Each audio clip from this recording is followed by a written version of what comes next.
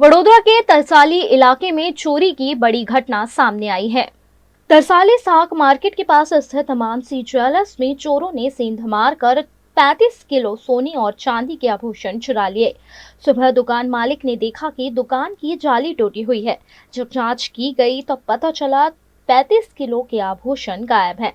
घटना की सूचना मिलते ही स्थानीय पुलिस मौके पर पहुंची। चोरी को अंजाम देने से पहले चोरों ने सीसीटीवी कैमरे को भी बंद कर दिया, जिससे उनकी पहचान नहीं हो सकी। पुलिस अब फिंगरप्रिंट्स और अन्य सुरागों के जरिए चोरों की तलाशी कर रही है।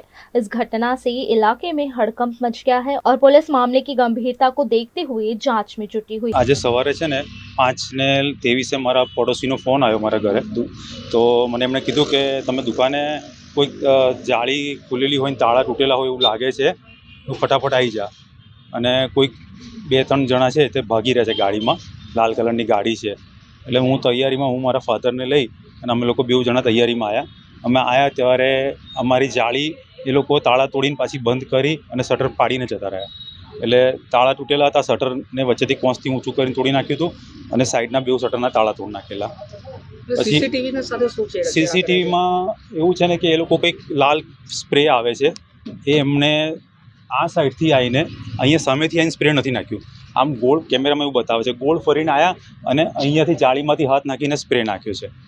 એટલે આ કેમેરો બંધ થયો પછી એ લોકો અંદર ઘૂસ્યા. અંદર ઘૂસતાની સાથે પણ એ લોકોને જાણે કેમેરાની જગા ખબર હોય એ રીતના એ લોકોએ પહેલાં કેમેરા પર ડાયરેક્ટ સ્પ્રે કર્યો અને પછી આ કેમેરા પર સ્પ્રે કર્યો. દુકાનમાં 2 કેમેરા છે ટોટલ, બંને કેમેરા પર સ્પ્રે કર્યો અને ત્યારબાદ મારું માનવું છે કે ત્રણેક જણા છે, કારણ કે 20 જ મિનિટમાં આ બધું થઈ ગયું છે.